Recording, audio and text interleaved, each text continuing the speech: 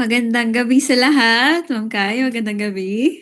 Gandang gabi, Berna, at sa lahat ng nakikinig, nanonood ng ating Senior City Kwentuhan episode ngayong gabi na ating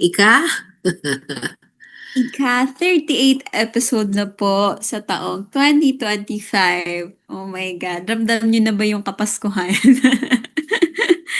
Ah, At ngayon po sa ating Oo nga. episode 38 sa Senior City Kwentuhan ay pag-uusapan po natin kung ano po ba ang CCCI.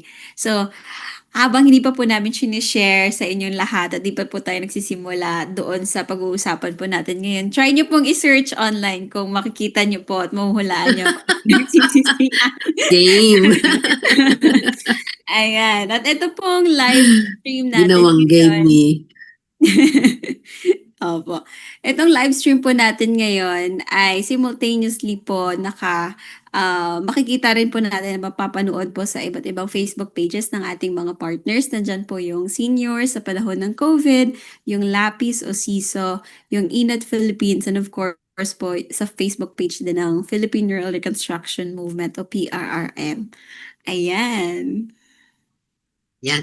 Yan ating poster ngayon na ang title ay Ano ang CCCI? Kita niyo naman ang mga pictures ang katutak. So, nakaka-intriga yung sinabi ni Berna na i-search nyo. Ano ba ang aakma o tutugma sa mga pictures na nandito sa ating poster? Salamat kay Andy sa poster na ito.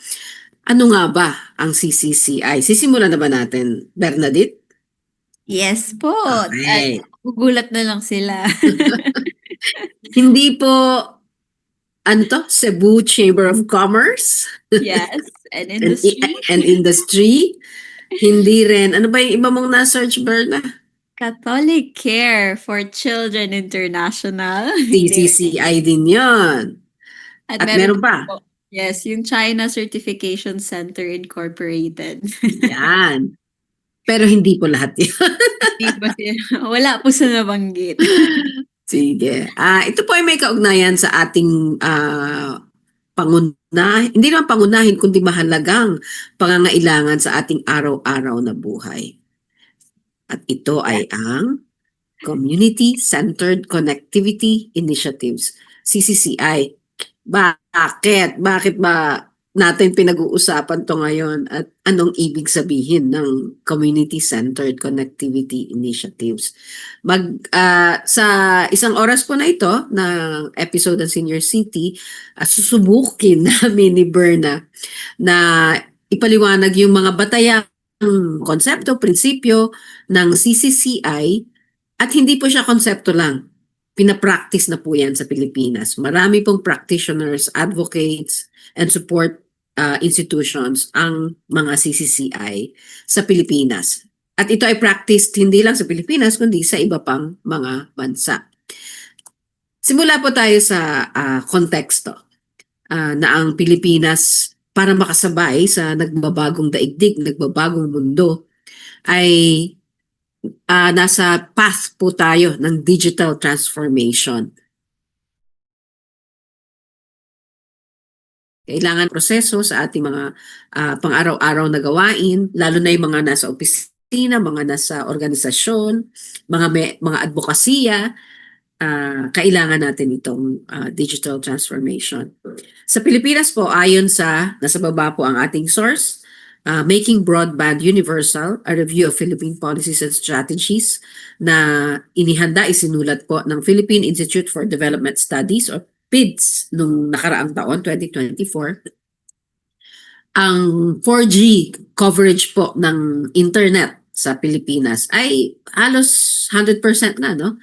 At yung 5G, ibig sabihin yung mas mabilis, mas effective, mas efficient na internet connection ay less than 100%. So nasa 70% pa lang daw. Ang ating mobile broadband speed, so ito po yung bilis, no? Lags behind our Southeast Asian neighbors. Isang halimbawa po, sa Pilipinas, sabi nga nitong study na ito, ang download speed natin ay 25.47 megabits per second. Yung pala yung Mbps, megabits per second. Pero ang Singapore ay more than times 3 ang speed nila at nasa 81.41 Mbps na sila. So yan pong ating kalagayan. At hindi naman ipagkakailang meron namang mga tagumpay at lumawak ang ating internet coverage, connectivity coverage sa mga nagdaang taon. Pero ang sinasabi ko dito, significant disparities in access and affordability remain, particularly in rural areas. So hindi po lahat ay nag-enjoy ng connectivity, internet connectivity, walang access at hindi lahat ng access ay affordable. Kumbaga malayo o mataas sa kakayanan ng ordinaryong Pilipino, lalo na yung mga nasa rural areas. Ang halaga ng pagpapakabit at pag-maintain ng internet connectivity. Kaya yung pong mga issues natin sa usapin ng digital transformation sa bansang Pilipinas sa mga panahong ito ay affordability. Yan ay isang malaking issue. Ang speed, yung bilis. No? Kung tayo ay gusto nating pumantay o kahit man lang humabol sa ating mga kapitbahay sa Asia, ay kailangan nating i-address itong issue ng speed. And other demand side factors, yung mga mga users, no? At isa pang mahalaga na binanggit doon sa study ng PIDS ay ang pag-implement, enforce ng mga policies na transparent at po-promote ng collaboration and cooperation among the different stakeholders sa industriya na to o sa sector na ito. So yun yung mga nakikita nating issue. So bakit CCCI? Given itong konteksto ng issues ng affordability, speed, access, at saka mga policies. Yan. Ano ba ang CCCI? Simulan ko, Bert, o simulan mo? Sige, ma'am. Sige. So, pag sinabi po nating CCCI or Community-Centered Connectivity Initiatives, ito po ay social mission-driven endeavors na nagpo-provide po ng internet access and meaningful connection sa na nakafocus po sa marginalized communities. Kasi kapag na-address po natin or makikater po natin yung needs ng marginalized communities, ibig sabihin makikater din po natin yung sumunod na statuses or na classes dito sa atin, sa bansa natin. And of course, bakit CCCI is for us to also address the digital divide by offering affordable, kasi kanina nakikita nating isa sa mga problema ay yung affordability ng mga internet service dito sa Pilipinas. And of course, kailangan din maging locally relevant yung content na na-offer sa bawat isa. And of course, a service alternatives for digitally unconnected and undeserved communities. And then pangatlo, bakit CCCI is para makapag-provide tayo ng complementary internet access to what is offered by the commercial service providers and government-sponsored public access networks, and for us to be able to address yung affordability itself. And nabanggit nga rin ni Ma'am Kai kanina na makapag-implement tayo ng mga pulisiya na nagpro-promote na maging collaborative action siya, na hindi lang nakafocus sa kung ano yung pangangailangan ng nasa ibang industriya, kundi pati doon sa nasa marginalized communities itself. Yan. Yan pong binanggit ni Berna. Tingnan po natin itong mga naka-blue na phrases and words sa ating slide. Ano po? Yan ang mga mahalagang parang features o definition ng mga CCCI or Community-Centered Connectivity Initiative. Kung malabo pa po siya ngayon, mamaya unti-unti nating titilarin at magbibigay po tayo ng mga totoong halimbawa, real life examples and practices ng CCCI. Mahiwaga pa siya siguro ngayon, or yung iba siguro sa atin nakarinig na or nakakita or nakagamit ng CCCI. Pero tingnan natin yan. So sa mga binanggit po kanina ni Berna na yung binanggit ni Bern na kanina na complementary. So sa ngayon po kasi 'di ba meron naman talaga tayong ito yung mga ISP o Internet Service Provider sa Pilipinas. 10 pala or more than 10 siguro to kasi top lang ito eh. So narito po ang Converge, may One Sky pala, PLDT, etc. Yan pong mga pamilyar na logo sa atin. Ang mga malalaki po dito ay yung Globe, yung Smart, yung Dito, PLDT of course, Converge, at saka itong unti-unting uh, nagiging malawak ang kanyang gamit, yung Starlink. Ngayon, ano yan, Birds? May dagdag lang po ako kasi Okay. meron din pong mga local internet service providers na ano lang na accessible lang din po within their localities or like sa barangay o sa municipality, sa province. So, yun din, kahit na yun yung i-avail po, wala pa rin po talaga yung affordability doon at paano din ma-maintain at the same time kasi may monthly subscription po yun.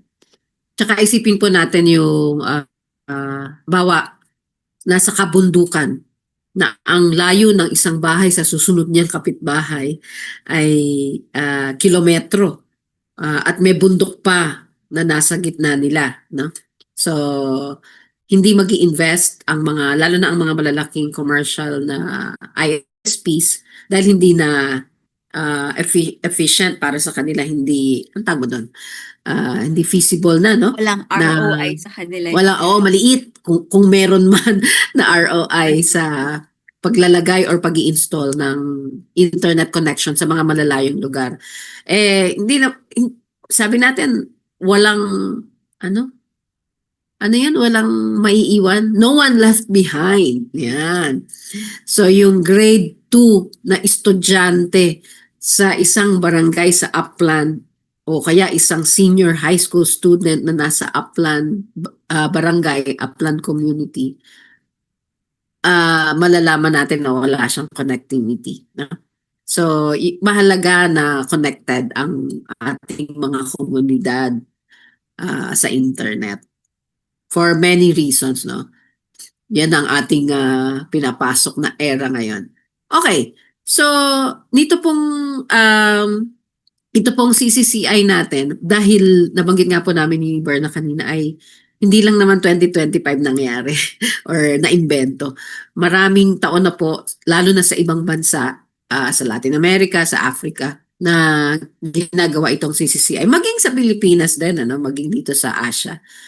Ngayon lamang nagkakaroon ng parang pagkakaisa. Ano ba ang CCCI? Ano ang mga prinsipyo? Ano ang mga modelo? Ano ang mga strategies para matiyak na community-centered ang connectivity initiatives na mga ito. So ito po ay i-share lang po namin ni Bern, kasi yung mga examples na ikukwento namin mamaya, babalikan natin itong principles na ito para dahil mahalaga siya na ito yung nagiging kaibahan ng mga CCCI sa mga kasalukuyan o sa mga regular, sa mga commercial, sa mga malalaking ISPs. So unahin po natin ang unang, ilan ba to? 13 po yata ito eh. 13 principles.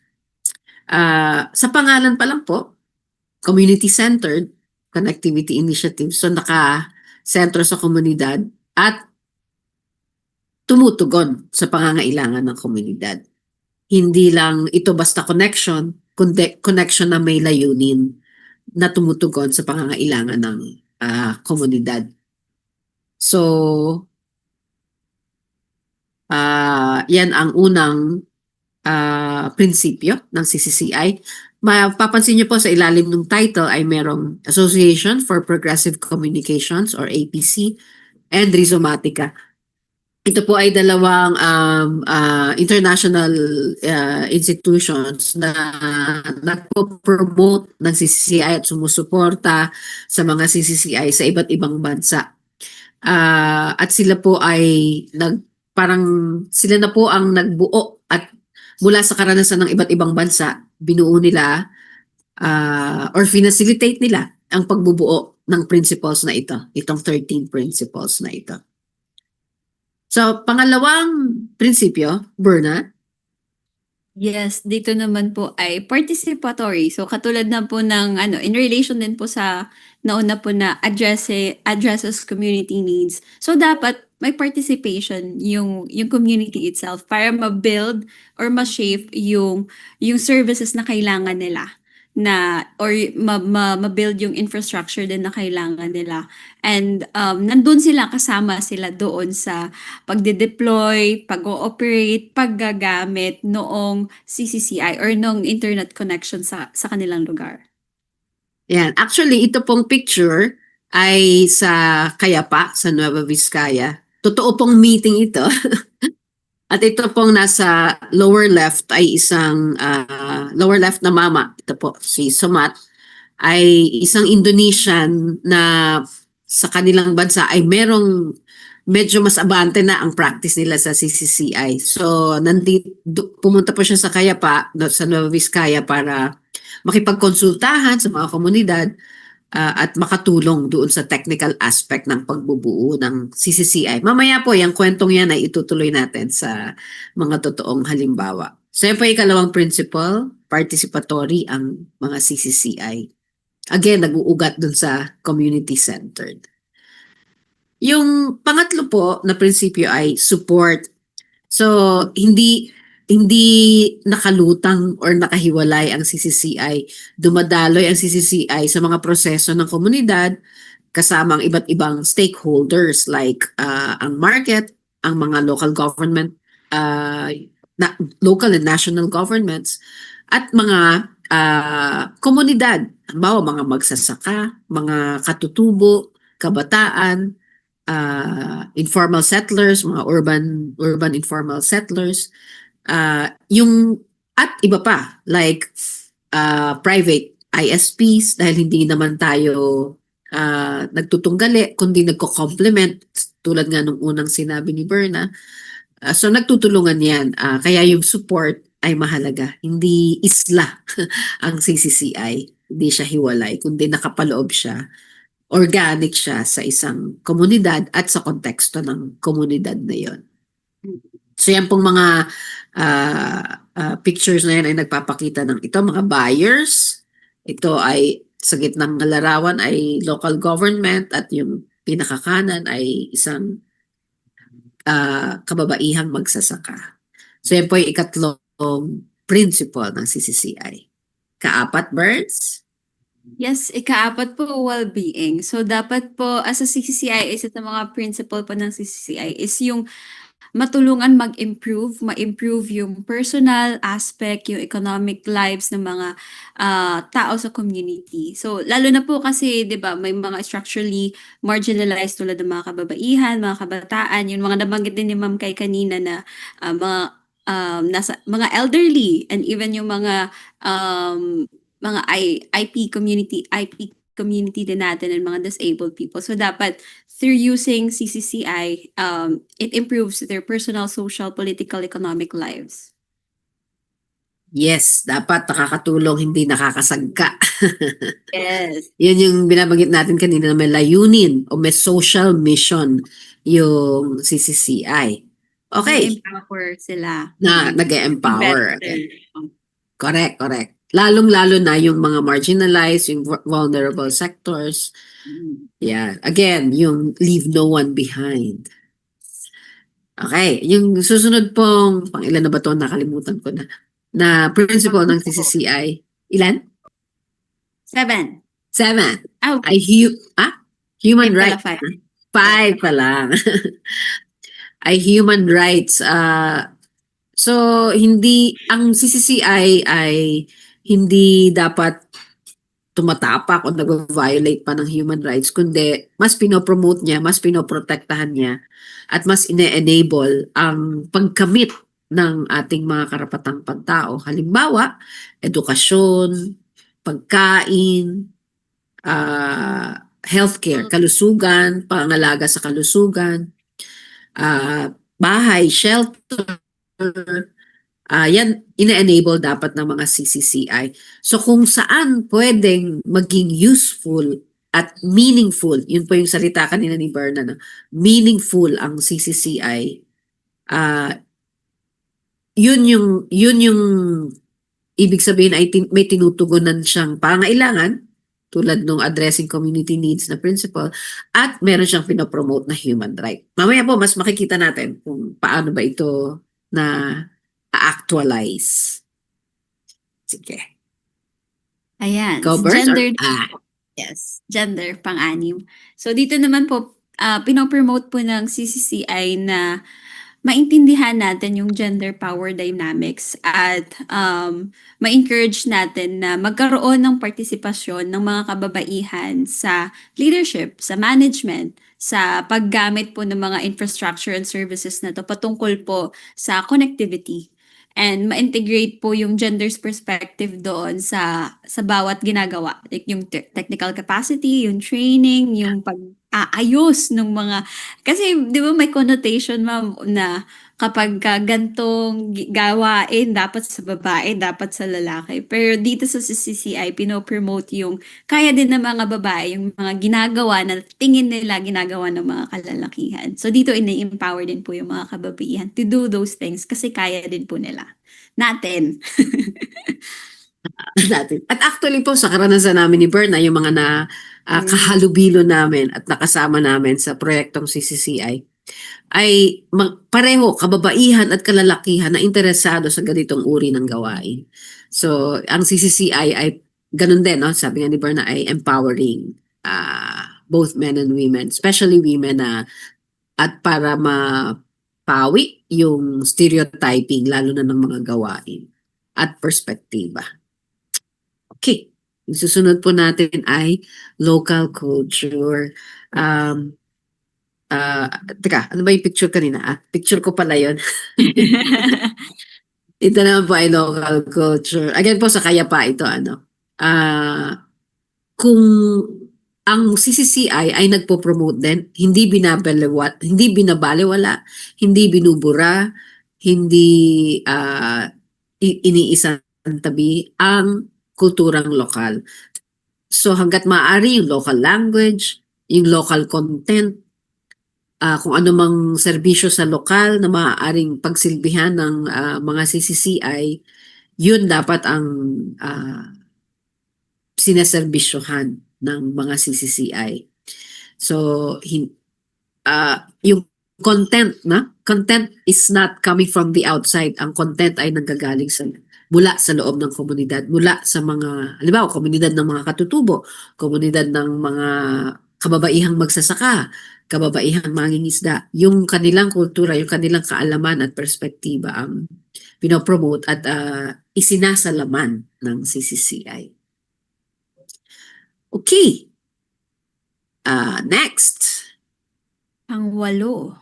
Ito, environmentally aware. So, ito naman po, yung pagbibuild ng CCCI is nakadesenyo po talaga yung infrastructures or yung services na yun na nagko-contribute sa pagpe-preserve ng ating environment at hindi nakakasira.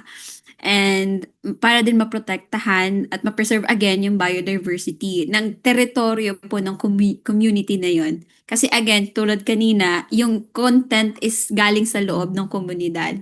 So, ibig sabihin, kailangan din ma-preserve yung loob na yon ng community. So, kailangan po sa pagbibuild ng CCCI is nagko-contribute po siya para po ma-preserve yung environment and biodiversity ng komunidad na yan. Okay. Okay. Kaya ang ganda ng ating picture. Kabundukan at kagubatan. Tapos merong tore. Saan po ito ulit, ma'am? Sige. Yung picture? Saan po ulit yung picture yan? Saan? Apo. Sa isang bayan sa Nueva Vizcaya. Isang bayan. Nueva Vizcaya. Yan ang mga pictures ko eh. Gusto kong gamitin ng aking pictures. Di ba? Ito.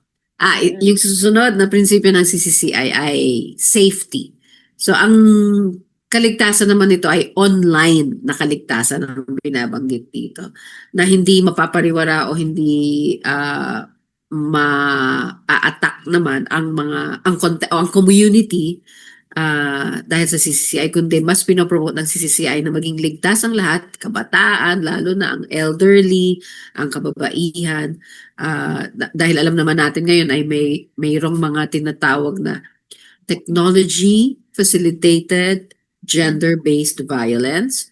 So, ang CCCI ay dinedisenyo at tinatayo, sineset up para ma-ensure, matiyak ang kaligtasan ng mga miyembro ng komunidad mula sa ganitong mga risks. Tama ba, Burns? Meron ba akong nakaligtaan? And isama rin po natin sa safety lalo na kapag ka-IP communities tas kababaihan. So yung safety po na yon at mga disabled people din po. Yeah. Mm-mm. Okay. Lahat po, lahat. Ayan. So from the word itself na sustainability, so to sustain its operation, kasi tulad po ng mga nabanggit namin kanina, yung mga ISPs, ang problema is affordability and how to maintain yung pagkakaroon nila ng connection or connectivity. So dito po sa CCI, isa sa mga principles po is paano masustain yung operation considering po na ito yung ginagawa ng mga tao sa komunidad, ito yung values nila. So paano nila masusustain yung operation na yon na ginagamitan ng teknolohiya ng internet. Yan, oo. At saka, yan, oo. At paano pwedeng magtulong-tulungan sila at iba pang outside of the community like the support organizations na banggit ko kanina at pati mga local governments para mas-sustain, matuloy-tuloy nila yung kanilang proyektong CCCI. Opo. Ito naman po ay picture ni Berna. Okay. Yan po ang Dagdag ko lang- inattendan. Ano na? Dagdag ko lang din po kasi Okay.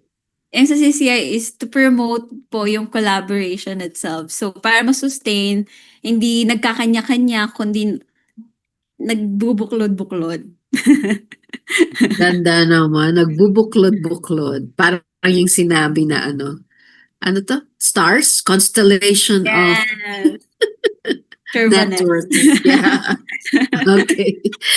Yung susunod po ay capacity building. Yan. Dahil ang CCCI po ay hindi naman siya bago pero kailangan natin i-promote, palawigin. So kailangan natin ng matindi at mahusay na pagsasanay at papalawak ng ating kaalaman, lalo na kaalaman at kasanayan ng mga komunidad tungkol sa pagsaset up, pagpapatakbo, pagmamanage, pagto-troubleshoot ng mga CCCI sa kanilang mga komunidad.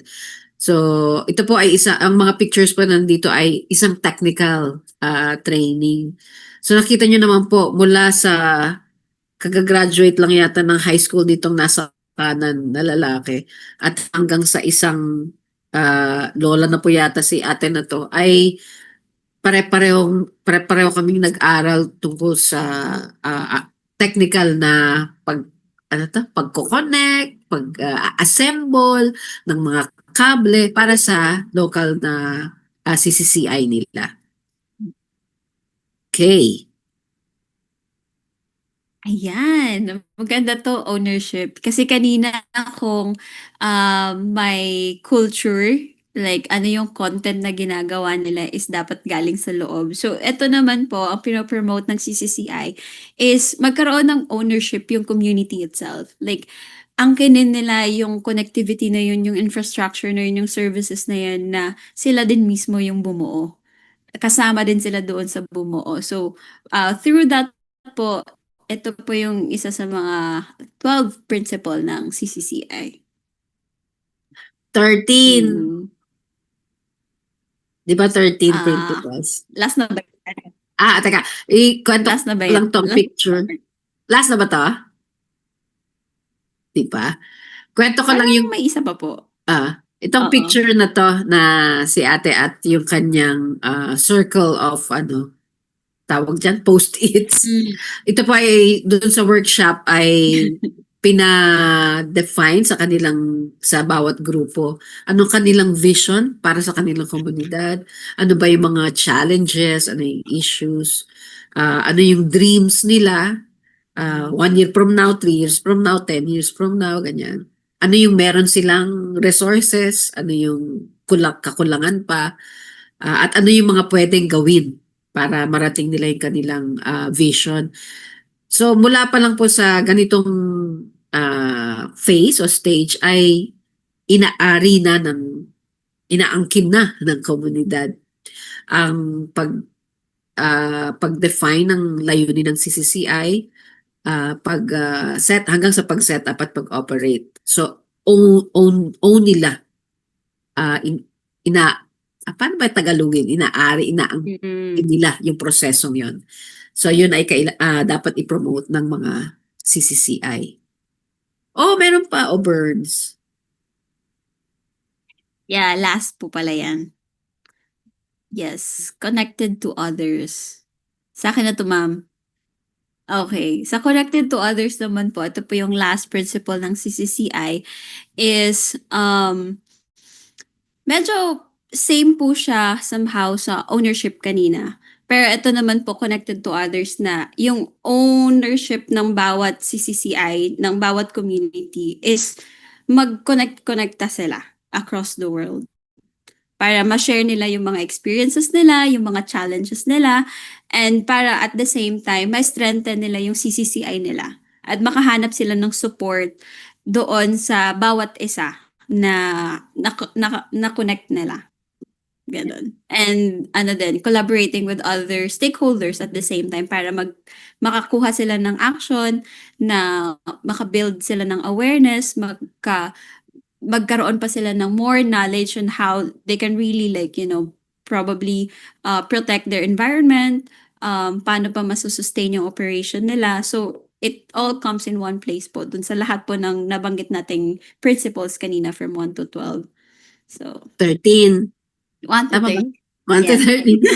O yan. 13 principles. Tapos itong yung nag-facilitate na mabuo itong 13 principles na ito ay ang APC nga, yung Association for Progressive Communications at yung Rhizomatica.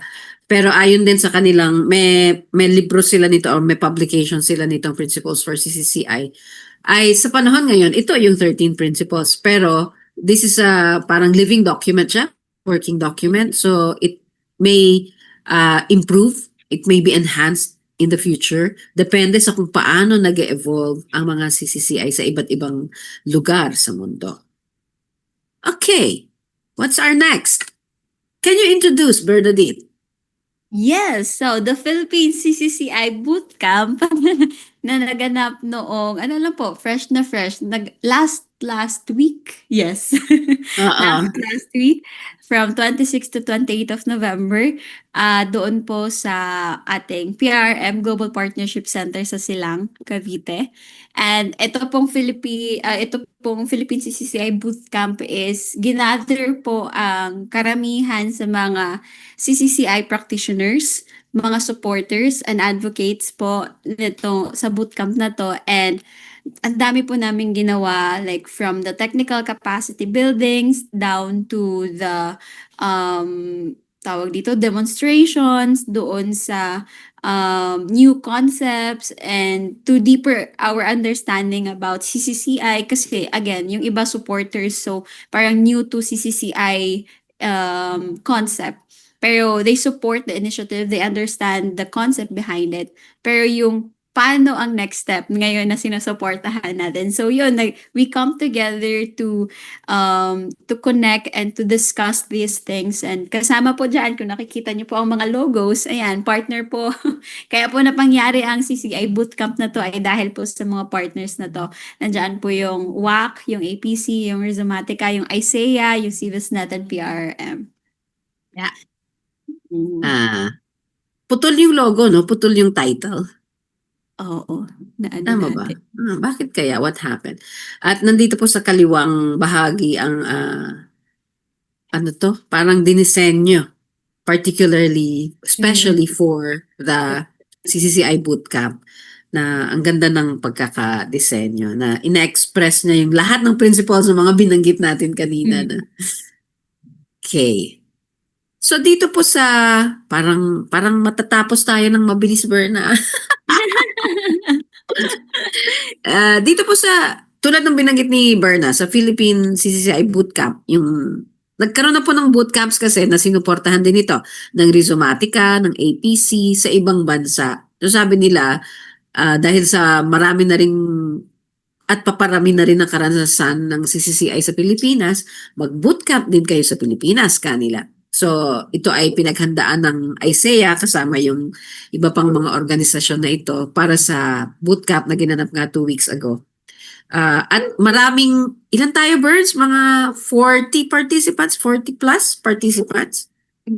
Yes po. Kasi 50 daw tayo including the organizers, no? So, ang dami din nun. May mga galing sa maalala mong mga probinsya nila, Davao, Cebu, Iloilo ba mayroon? Meron din po from Bacolod. Bacolod. Tapos si Vizcaya. FPS Vizcaya, no, Vizcaya. Meron din sa saan ba yung FPSDC, yung Foundation for People Sustainable Development Cooperatives? Federation pala. Federation of People Sustainable Development Cooperatives sa Mindanao nakalimutan ko na kung ano yung city niya. So galing Mindanao. So sa buong Pilipinas po yung mga pinanggalingan ng participants ng bootcamp. At spectrum po yung yung karanasan, yung practice of CCCI among the participants. Merong advanced na at marami nang nagawa.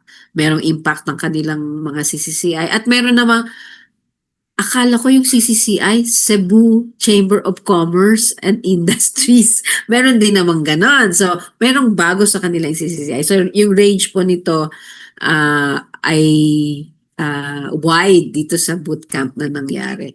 But nonetheless, ang saya-saya ng bootcamp na yan, di ba, Berla? Ang masaya at saka ang daming natutunan ng maraming tao. Parang kulang ang 3 araw para sa bootcamp na ito. Okay. So, sa bootcamp, may mga nag-share ng kanilang karanasan sa CCCI. At ang isa ay yung Davao Medical School Foundation Incorporated, DMSFI. Institute of Primary Healthcare. Yun yung particular institute sa Davao Medical School Foundation. Ang kanila pong CCCI ay nakadeploy sa 5 barangay. Ito po ay through the support of their partners. At sa pamamagitan ng project na yon, nakapag-install, set up, deploy sila sa 5 barangay. Especially sa barangay health stations. Ba yung BHS station, no? Dahil Institute of Primary Healthcare sila, yun ang focus nila yung PHC or Primary Healthcare. So sa 5 barangay sa Davao,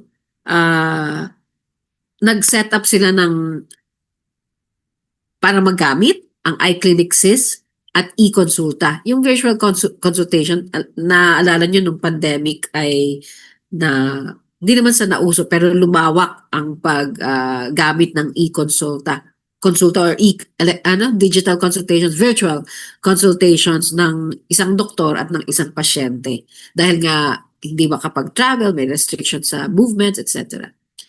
So, dito sa 5 barangay nila, naggamit through the CCCI yung iClinic SIS at saka e-consulta para makapag-serbisyo sa pangangalaga ng kalusugan.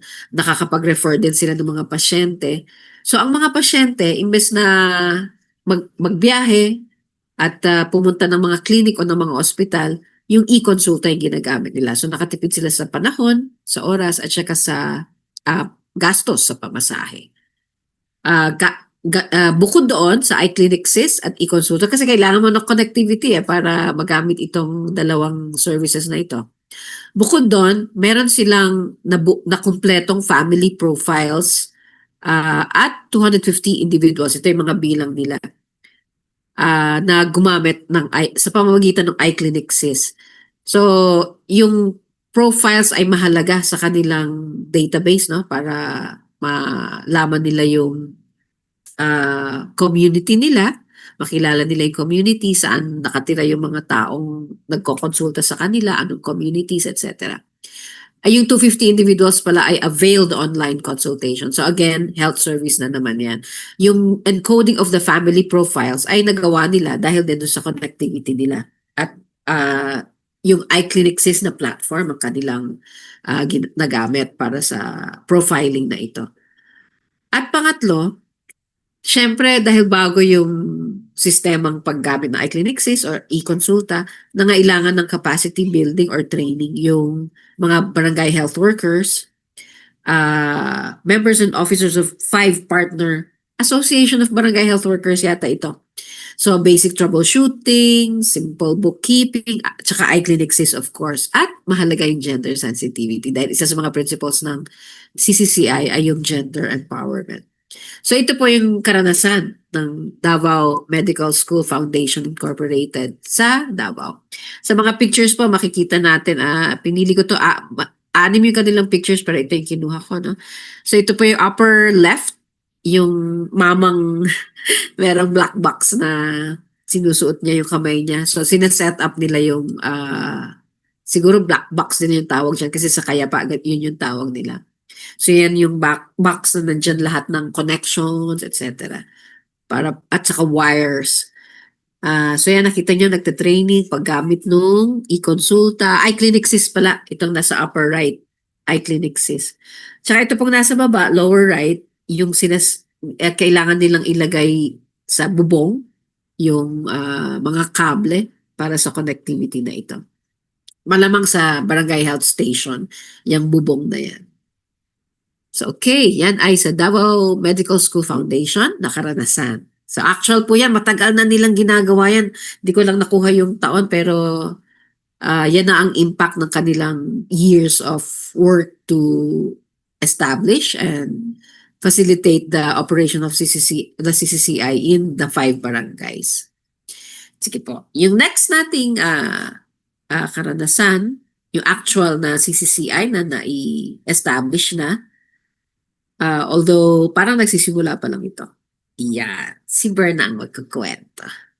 Yes. So, Kasi alam na alam niya yan eh. kahit nakapikit, ma'am. So, nag-start po yung project ay 2023, tama, ma'am? Yes. Yes, 2023 kung saan very bago po talaga sa PRM itong CCCI na to. Dati po ang tawag pa ay community networks. Tapos ngayon na we have the principles and then para mas maging specific pa yung tawag natin sa inisyatibang ito. So, naging community-centered connectivity initiatives. So, dito po, ito po ay yung digital networking for organic producers sa Nueva Vizcaya, sa Kayapa, sa tatlong barangay po ng Kayapa. Tama po, no? Pinkian, yung Kabanglasan, tsaka yung, ano yung isa nakalimutan ko. Pangawan. Pangawan, yon Pangawan. Kung saan, most of the pictures kanina nakita natin yung sila Kim na nung Ayan, si Kim ulit. capacity. Ayan, ito ulit si Kim yung malapit sa circle ng Solidarity Circle and Digital Literacy. Yan. Yan. So, all throughout the project po, we really start up from the ground up kasi from scratch po talaga yung ginawa namin kasi wala talaga. Parang naalala ko po sa kwento rin ni Ma'am Kay at ni Sir Ronel, like 6 months, tsaka namin nalaman lahat ng to na, ito pala yung star topology. Ganito yung bus topology. Yung paano magko-connect-connecta yung mga devices sa iisang connection. Yung mga ganon. And then, pasasalamat din po sa ating dalawang technician, si Sir Dennis Hope at si Sir kalimutan ko yung isa. Percy, ayan, silang dalawa. And then, of course, ang nagbuhat ng bangko. Hindi. The one who really did a heavy lift sa project na to, si Sir Ronel, kasi siya po talaga yung, namin, yung pinagtulakan. Yes. Ang alay namin. Ang alay sa CCCI. Yes. Ay, pwede. Actually, silang dalawa ni Kim. Yes, oo. And si Kim ay ginagawa na po nating hinuhubog na natin para i-take over niya din yung CCI doon sa Kayapa. And then, ito makikita po natin, yan. So, ayan po, yung dalawang yun, nabanggit ko kanina, si Sir Ayan Dennis. Sila po yung nag-set up, sila po yung technicians natin na nag-set up po ng Starlink internet routers at itong black box po dun sa Pangawan po, itong opisina po yan sa Pangawan po yan. Yun po yung meeting place po ng mga COPA ng Kayapa Organic Producers Association. And Tsaka so, trading post din nila yon. ayun, yes po, tama. Trading post din nila. Kung saan doon din kami nag-technical capacity building with Sumat and with the ISEA team. Isaiah. Yes. So, ayan. And then, Network Operations Center of Black Boxes. So, ayan po yan. Yeah. So, isa po sa Pangawan, isa din po sa farm po ni Kim sa Kabanglasan. And then, nakapag-set up din po ng piso wifi doon sa Kabanglasan kay Kim para po masustain natin yung subscription natin on a monthly basis sa Starlink kasi Starlink po yung ginamit nating network provider dyan para magkaroon ng, again, yung topology. Hindi rin namin maalaman yun dati pero ngayon alam na namin kung ano yung mga yan. And then po, itong project po na to is of course in partnership with COPA and VFI, Vizcaya Fresh Incorporated, and with local technical consultants, yun po sila Sir Dennis at Sir Percy, and network of, ano yung NOCs, ma'am? Nakalimutan ko. Ito to, Network Operations Center. Ayan. Yes, yan. And then, So ito yung black box. yes, okay, tama. And then, yan po, makikita din po natin sa pangalawang photos natin dyan, yan po yung mga kananayan na usually po sila po yung talaga kasama namin sa capacity buildings na ginagawa namin doon sa kanila. And yung isa po actually is the barangay chairman. Yes, tama. Ayan. So, yun po yung ginagawa natin. And ang pinaka-main reason po or ng main na needs po ng ating mga farmers po sa Kayapa is yung connectivity po talaga para malaman po natin ma-digitalize natin yung records nila. Yun yung pinaka-goal po. And soon, ayan, yun po yung gagawin pa ng project. Uploading and sharing of production and marketing data to improve savings and revenue. And para din po ma-connect sila sa VFI kung saan sila po yung nagma-market po ng mga produce ng ating mga farmers to the consumers. O nga pala. Na-erase ko siguro yung isang slide. Yeah. Yung parang yung background din niyan ay ang COPA yung producing group, yung VFI or Vizcaya Fresh Incorporated ang trading and marketing arm ng COPA or support organization ng COPA. Kaya lang dahil ang layo ng nila sa isa't isa, Bayambong ang VFI, it's a 1.5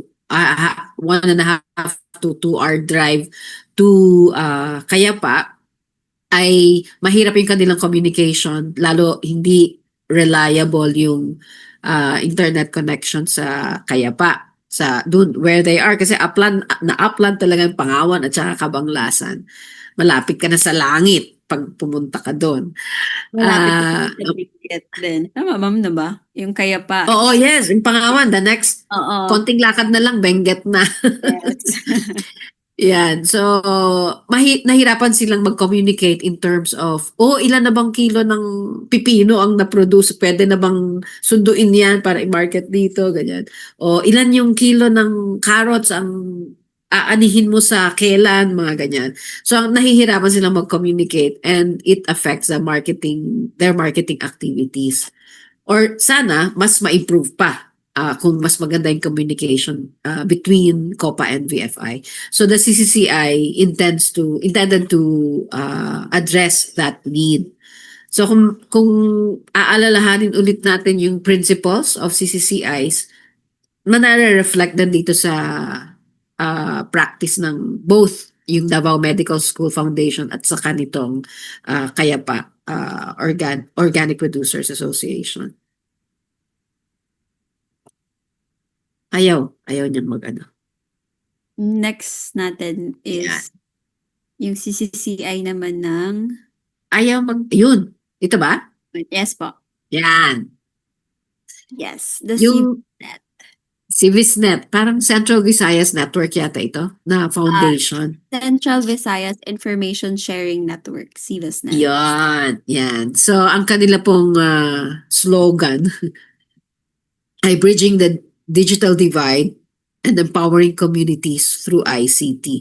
So sabi niya, pioneering effort by government and private sector to harness ICT for productivity and business enhancement solutions. So nakita niyo po in the case of yung Kayapa at saka itong CIVISNet for businesses, for social businesses yung kanilang ang pagsuporta ng CCCI. Yun yung layunin. Kumbaga, nililink yung CCCI sa social enterprise. Yung CIVISNet din po ay may tinatawag na best. Ano nga, Burns, yung best? Barangay electronic systems ba? Tama po. Ang galing. Yes. Ah. Na-double check ko rin. So, meron silang support to barangays, as in the LGU, the barangay government, para sa profiling ng barangay, even other services like magpapa-ID, pag-issue ng certificates, pag-issue ng permits, and other parang household data, ganun. Yan yung support, yun yung ginagawa ng BEST. E-BEST yata to? Nakalimutan ko. Na dinevelop ng CIVISNet para sa kanilang mga partner barangays. Yung sumunod naman po ay yung unconnected.org. Ito ay isa siyang social enterprise, no? At ang mga ang kanyang business model ay ang pagbigay ng suporta sa mga CCCIs, local CCCIs.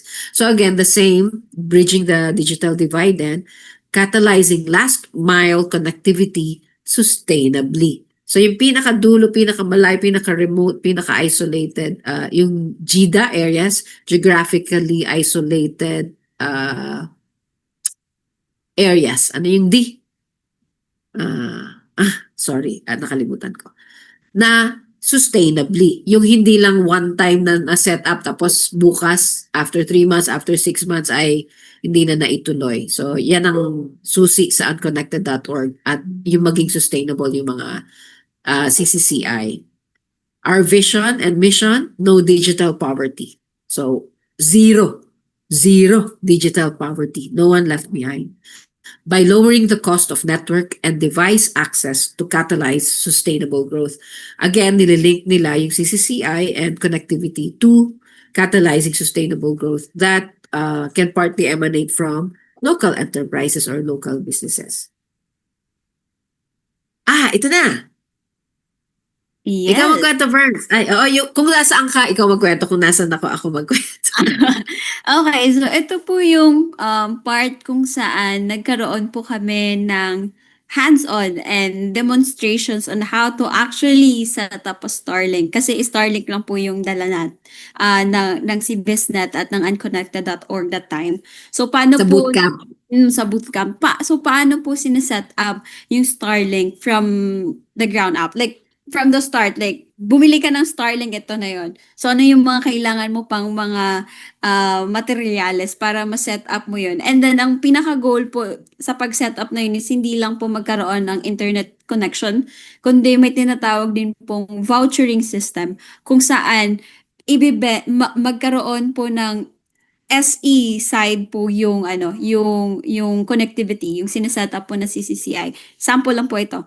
So, parang isa po sa mga goal is paano rin po magkaroon ng local income while building or setting up a CCI connection or like internet connectivity sa isang community. So, isa po sa model ng CIVISNet is yung vouchering system na tinatawag kung saan bibigyan ka ng code and then you have a specific Mbps, consumable data. Yes, consumable data na once na nag-set up ka, nag-sign in ka doon, so meron kang code specific for your one device, and then parang magiging ano siya, magiging daily basis yung consumption mo. So parang in return, babayaran mo yung community na may-ari nung connection. So yun po yung minomodel nila dyan. At ito po, yun po yung disk ng Starlink.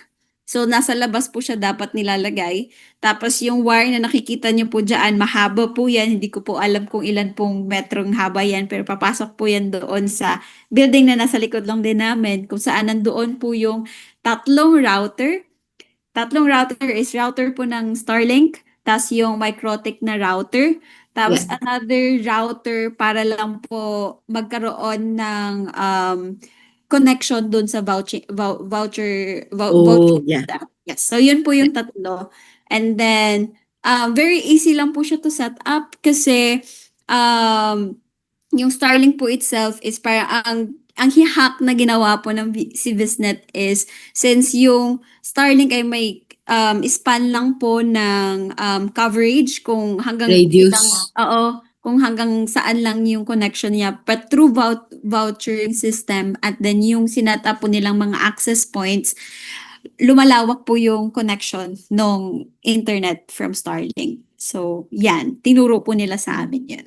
Yeah. Hands-on. Mm-mm. Okay. Ito bahagi din, na? Yes po, bahagi din niya. Yan po yung hawak po itself ni Cindy at ni Kenneth. Naalala ko ng name niya. Yan po yung Starlink na router from from Starlink itself. Pero hindi po yun yung gagamitin kasi dahil nga may specific radius lang po yung coverage ng connection. Pero kailangan po siyang naka-on para makuha natin yung power na nasa kanya. Kaya meron Mm. pong isa dyan na kinoconnect po doon sa MikroTik na router. Yan. Okay. Ayan, yan naman po, tinetest na po namin kasi ito po ay second access point. So yung first access point is nasa medyo malayo po sa amin ng time na yon. Tapos pumunta po kami dito sa second access point kung saan tinry po ulit namin kung makakakonect pa rin po kami doon sa code na meron kami sa vouchering system. At yes po, parang lumipat po yung connection sa access point na yon dahil nandito na kami sa lugar na yan. So, ganung klaseng magic yung ginawa nila as Magic. IT. Oo, magic pa rin talaga. Ayan. Sige. Yeah, ito si Sir Jeff ng Ayan na po yung best, CVSNet. ma'am. Oh, yan yung best. Barangay e-services and tools. Yawn. Yan ang best. Sabi na may E eh. E-systems and tools. Pinapaliwanag niya sa parallel session na ito yung karanasan ng CVSNet sa pagpapartner sa mga barangay at ano yung ano niya kami, ni step 1, 2, 3 niya kami kung ano yung laman ng best, yung platform na to. At paano nila tinatrain yung barangay secretary, usually isang kagawad siguro o dalawang kagawad para patakbuhin yung best. At so, i-upload na lang nila doon yung datos nila, etc. So, madali na lang serbisyohan ng mga mamamayan ng barangay nila na yon. So, yan yung kinuwento ni Sir Jeff ng best. Ito, Bern, si Jor po. Si Jor from Jor. So, Siya naman ay nag-share. yes po. Sige, Siya sige, yung Bern. nag-share po ng technology facilitated gender-based violence kapag woman ka na and you are also part of IP community. So, nakita po natin dito sa my laptop na to, Indigenous Woman and Connectivity. So, yun po yung shinare niya na experiences naman po na how we can make sure na safe online ng mga kababaihan na IP. Oo, at mas na-empower at nakukuha ang kanilang perspektiba. Mm-mm. Yan. Yes. Yes, siya naman po si Kesa, one of the 3 Indonesians po na kasama po namin sa bootcamp. And siya naman po ay shinare niya po itself yung, kung tama po ako sa shinare niya, Yung sa is, Chip Tagalar. opo, yes, she is from Common Room po. Oh yeah, common room. Oo. So, and then ang shinare niya po specifically, nakalimutan ko po kung ano yung nai-share niya. Yun, yung karanasan nila ng CCCI sa Sa common room. Chip Tagenar. Tama ba? Oo, dahil yan yung isang successful model nila sa Indonesia. Yes, tama po. Kahit ibang mga institutions like APO, yung Asia Productivity Organization, ay isa nilang model na showcase yung karanasan ng common room, yung model ng common room. Okay, ayan. Lastly, kanina yung tanong natin sa simula ay ano ang CCCI? Pero ngayon tingnan natin, ano ba ang kaibahan ng CCCI mula sa iba pang internet service providers? At paulit-ulit na binanggit namin ni Berna, community-driven, locally owned or governed, sorry, natakpan.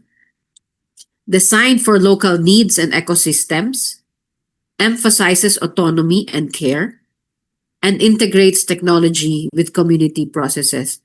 Para sa akin po, itong, of course, equally important lahat yan, pero yung panghuli na integrates technology with community processes, ang exciting sa akin kasi bilang mga development workers, hasa tayo sa community processes.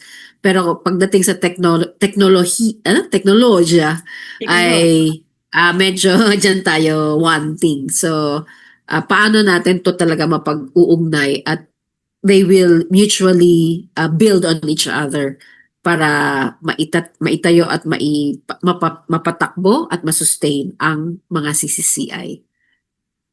Yan. Meron kang dagdag, Burns? Yes po. Isa lang po siguro kasi isa din po sa mga goal po ng bootcamp po na to is Oh, yeah. ano po natin, like, i-relate po natin yung CCCI sa social entrepreneurship. Kasi yan din po yung focus po ng ISEA kung saan sila po yung nag-organisa, punong abala po ng bootcamp na ito. And co-organizers po ang PRM tsaka po yung CBISNet. So yun po. Yeah. Yun naman po yung mga naging goal. At I think nakuha din po ng ating mga participants, lalo na po nung solidarity circle kami, grouping Alright. kami nung sa last part na how can we make sure ma-integrate natin yung CCCI sa SEs ng ating mga communities. So yun. Yan. So, siguro medyo ano pa to, bago pa sa atin at sa mga future episodes siguro we'll take up more about CCCI, mga actual experiences. Kung maalala niyo po sa previous episodes ng Senior City, parang napag-usapan na rin natin yung community network sa Kayapa, Nueva Vizcaya. So, pwede natin kumustahin ngayon ano na ang kanilang kalagayan sa mga future episodes natin. So, dito po tayo magtatapos. Nasa oras na po tayo. Lumampas pa tayo. Akala ko maaga tayo matatapos. Lumampas pa. Sige. So, thank you po. Thank you ulit ka DM. Tama. Maraming JM pala. JM, sorry na pag-aano ko. Ay, ako din. Ba't ako wala? At saka kay Andy at sa lahat ng tumulong para sa episode natin ngayon ng Senior City Kwentuhan. Thank Bye-bye, you po. Burns. Bye. See you next week.